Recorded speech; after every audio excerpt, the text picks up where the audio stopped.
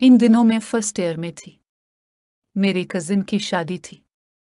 मैं उनके घर कुछ दिन पहले चली गई। कजिन की छोटी बहन जबी मेरी गहरी दोस्त बन गई। शादी का घर था। हम सब किसी न किसी काम में अलिफालजे हुए थे। जबी का भाई राज भी इधर अलिफादेर मसरूफ फिर रहा था। अपने अखलाक की वजह से वो मुझे अच्छा लगने लगा क्योंकि वो बहुत बदतमीज और हद में रहने वाला लड़का था। मैं इसको बहाने बहाने से देखती। अगर वो मुझको देख लेता तो मुंह दूसरी तरफ फेर लेती। शादी से एक रोज कबल, ये मगरिब से जरा पहले का वक्त था। जबी ने कहा, छत पर कमरे में मैंने ढोलक रखी है, तुम जरा जाकर ले आओ, रात को गीत गाएंगे। मैं भागती हुई सीढ़ियां चढ़ने लगी। आखिरी सीढ़ी प्रांत हीरा था। मैं किसी से जोर से टकरा गई। अगर मैं इसको और वो मुझे थाम ना लेते तो दोनों ही गिर जाते। पहले तो हमें पता ही ना चला कि क्या हुआ है, क्योंकि दोनों ही तेजी में थे और ये तूफानी फिक्र थी। फिर जरा होश आया तो देखा राजा मुझे थामे खड़ा था।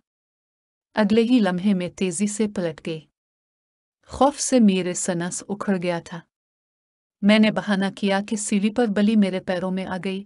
मैं डर गई, इसलिए ढोलक नहीं लाई। ये सुआन कर सब लड़कियां मेरे इमजाक उड़ाने लगी कि सीढ़ी में बली ही थी ना, कोई जिन तो ना था। अब मैं उन्हें क्या बताती। शादी खत्म हो गई, हम घर वापस आ गए, मगर इस वाक़े ने मुझे बदल कर रख दिया। एक दिन फोन की घंटी बजी।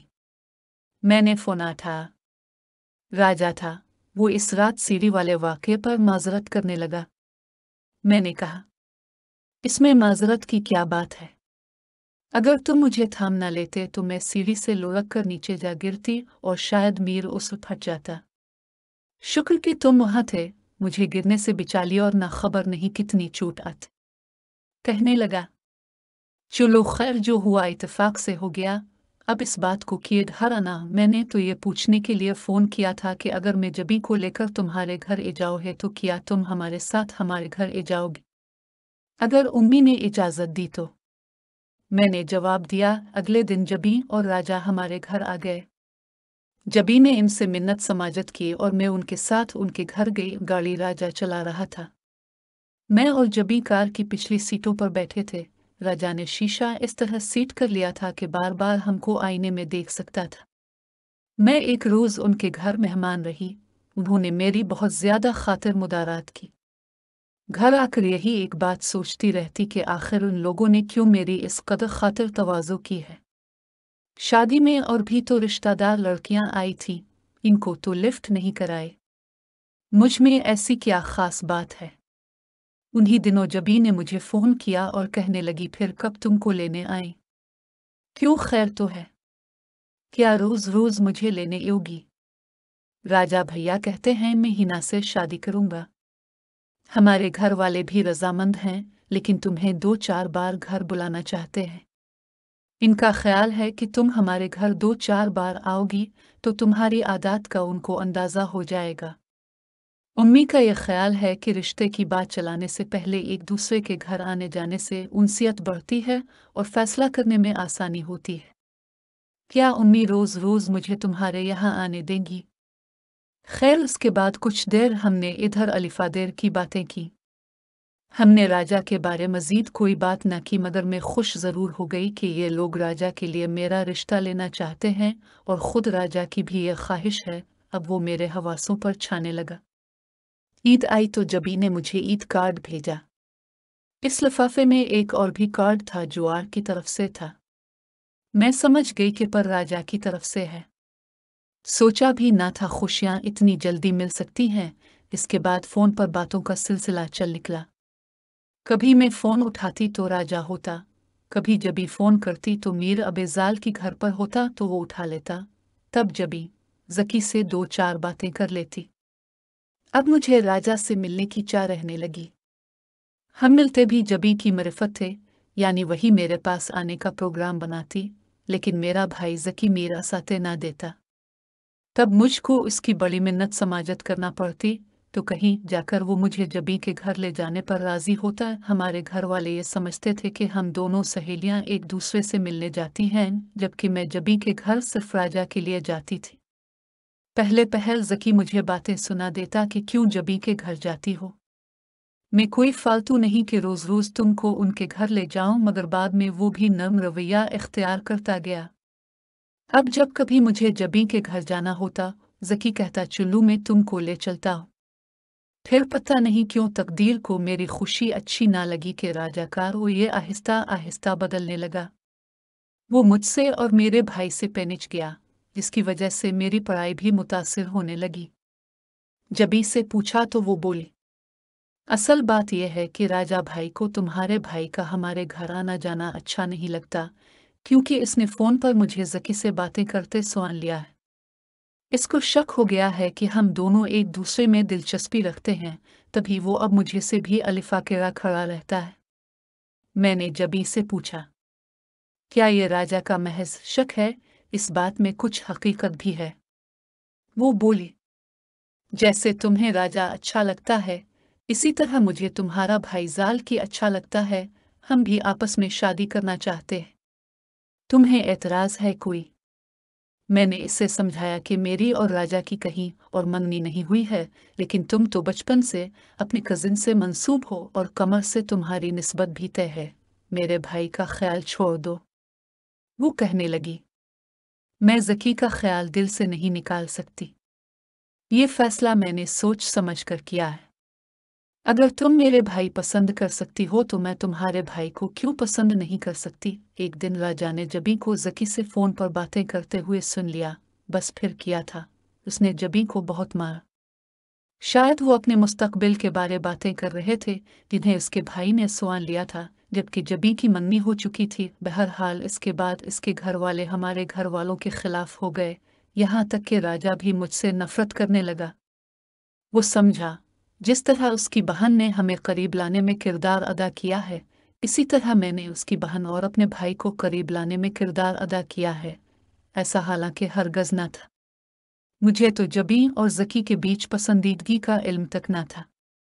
कोई भला किसी को इस अमर पर मजबूर कर सकता है कि तुम फुला को पसंद करो और इससे मोहब्बत करो? राजा को मगर यकीन न आया। इसने मुझ पर शक किया और मुझसे नाता तोड़ लिया। मेरे तोहफे जला डाले और मेरे ख़त ख़ानदान भर को दिखाने लगा। इसके अंदर ऐसी तब्दीली आ गई कि जिसका मैं तसव्वुर भी ना कर सकती थी।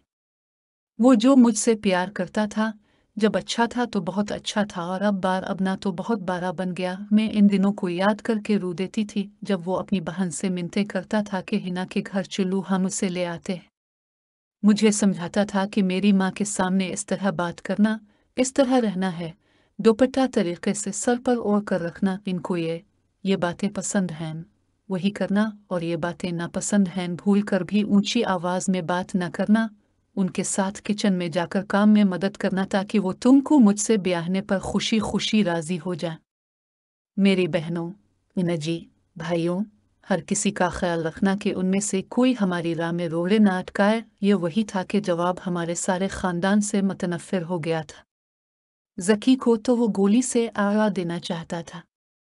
मैं इन दिनों को याद करके रोती थी, जब वो मुझको कस्में खाकर यकीन दिलाता था कि मैं कभी ना बदलूंगा, हमेशा तुमसे मोहब्बत करता रहूंगा, मुझ पर भरोसा रखो। मैं तुम्हारे लिए एक बहुत खूबसूरत घर बनाऊंगा। हम इसको सजाएंगे, खुद मेहनत करूंगा, ख्वाब कमाऊंगा, तुमको सारी दुनिया की सैर कराऊंगा। कैसे कैसे ख्वाब थे हमारे, जिनके लिए वो अपने वालिदैन को राज़ी करने में लगा हुआ था।